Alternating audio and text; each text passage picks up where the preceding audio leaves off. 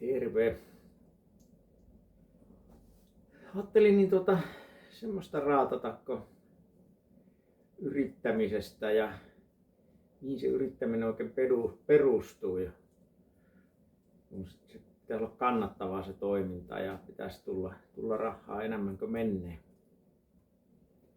Ja viime aikoina tullut tämmönen sana kuin odotusarvo siitä myynnistä, että paljonko sitä kysyntää oikein tulee ja miksi sitä aina oletetaan, että sitä tulee enemmän tai että sitä niin ylipäätään se tulee. Ja sitä pohtinut, että sitä täytyy koko yrittäminen, yritykset, sehän perustuu semmoiselle uskolle ja toivolle, että sitä myyntiä tulee, koska sitä seuraavaa vuotta lähdetään tekemään,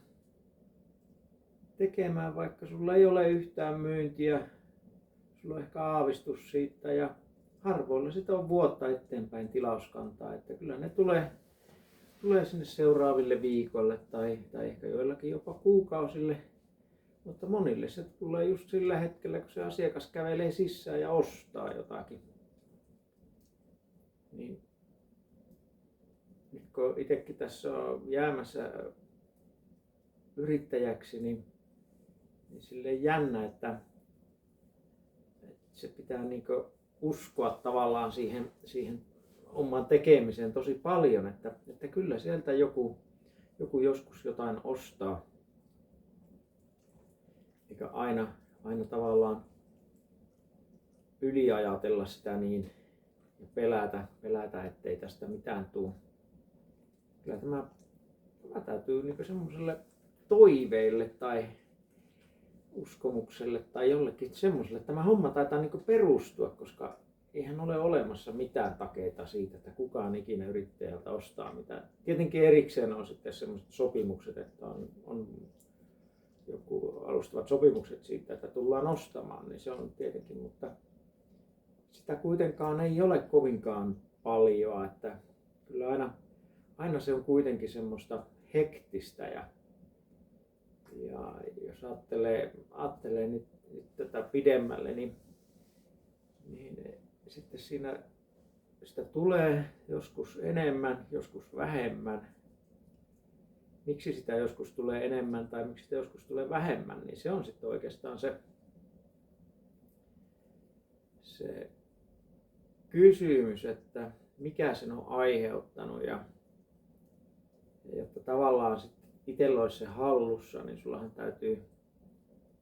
täytyy sitten aina analysoida niitä tapahtumia, että mistä ne on johtunut, koska itse niihin kuitenkin vaikuttaa, että ei ne nyt tapahdu itsestään, vaan kyllä se itse vaikutat siihen, että miten sitä tulee ja vaihtuuko se kysyntä sinusta itsestä vai onko se kuitenkin joku ulkopuolinen tekijä.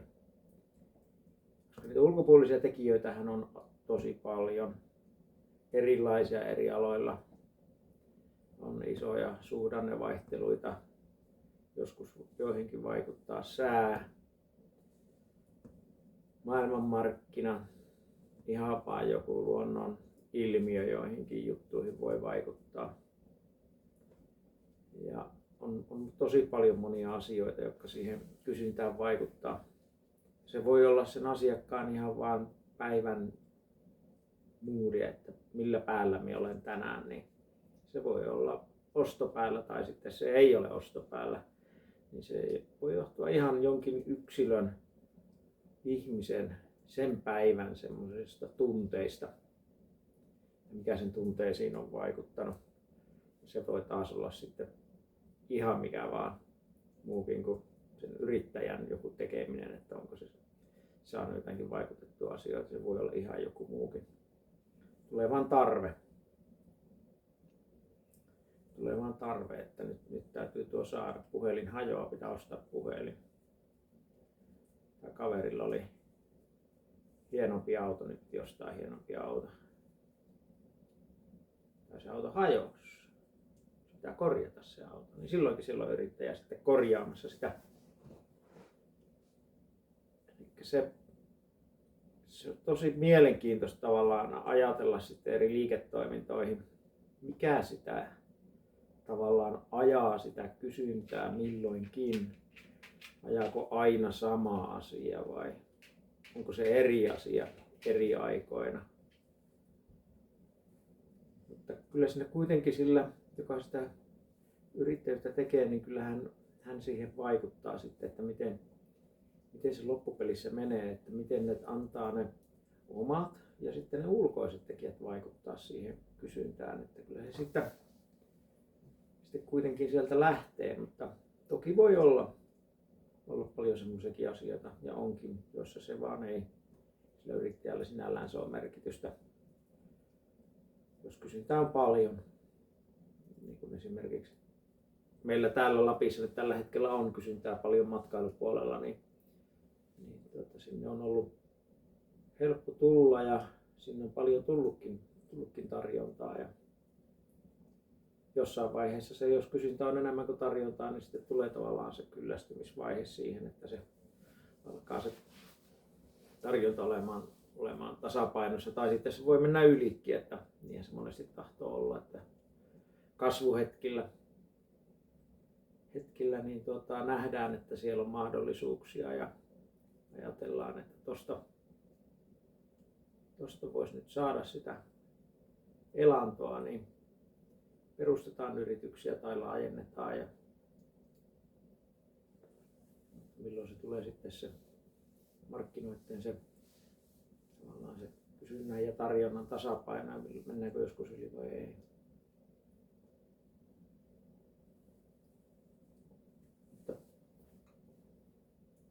Tuohon liittyy kyllä sitten tavallaan se, mitä itse yleensä ajattelen siitä, että sulla on jonkunlainen kysyntä ja sulla on sitten jonkunlainen kapasiteetti sitä kysyntää vastaan. Ja sitten puhutaan sitten kannattavuudesta, niin siinä on sitten tavallaan se, miten se tehdään, se tulos on aika pitkälti, että miten sen kysynnän ja sitten sen kapasiteetin vaihtelut hallitaan. Kysyntä vaihtelee, mutta kapasiteettikin vaihtelee. Vaikka sulla olisi minkälainen koneautomaatti, silloin tasainen kapasiteetti. Ei se ole tasainen se kapasiteetti. Sillä on aina jotain. Siellä on aina jotain rikkoja tai käyttäjistä johtuvia ja saatikka jossain muissa, jossa on jotain ihmisiä. Niin kapasiteetti vaihtelee tosi paljon ja kysyntä vaihtelee. Ja silloin kun nämä kaksi asiaa vaihtelee, niin että ne ei vaihtelisi aivan järkyttävän paljon, koska sitten se aiheuttaa sitä tavallaan sitä jonoa siinä putkessa. Ja sitten jos se jono alkaa kertyä liian suureksi, niin sittenhän se menee tukkoon ja sitten aiheutuu muita ongelmia. Tuosta voisi sitten kertoa vähän pidemmästikin tavallaan tuosta aiheesta. Se on yksi mun lempiaiheita. Toi liittyy tommoseen. Tehdasfysiikka on se alkuperäinen, mutta käytännössä siinä puhutaan tämmöisistä prosesseista ja niiden hallinnasta. Mitä se tarkoittaa? Kaupan kassa on erittäin tyypillinen semmoinen, minkä kaikki näkee kun käyvät kaupassa, että miten kapasiteettia ja kysyntää hallitaan. Että menet ison Prismaan, niin siellä on toisinaan 1 kassa, toisinaan 3 ja toisinaan 8. Ja sehän perustuu siihen, että sitä kysyntää on ennustettu. Ei niitä huuella sinne sattumalta niitä kassoja, vaan kyllä sitä on ennustettu, että tuohon päivänä tuohon aikaan yleensä on kova kysyntä. Ja silloin siellä on enemmän kassoja, toisena aikana vähän vähemmän. Se on juuri sitä miten ylipäätänsä rahaa tehdään. Että ei ne voi olla ne kaikki kassat täynnä koko ajan, joskus on vähemmän asiakkaita, koska sitten se kannattaa. Mutta toi on sitten toinen aihe, mutta tässä tämmöistä pohdintaa näin alku. Katsellaan, josko tekisi joskus lisää tuo aiheeseen liippaavaa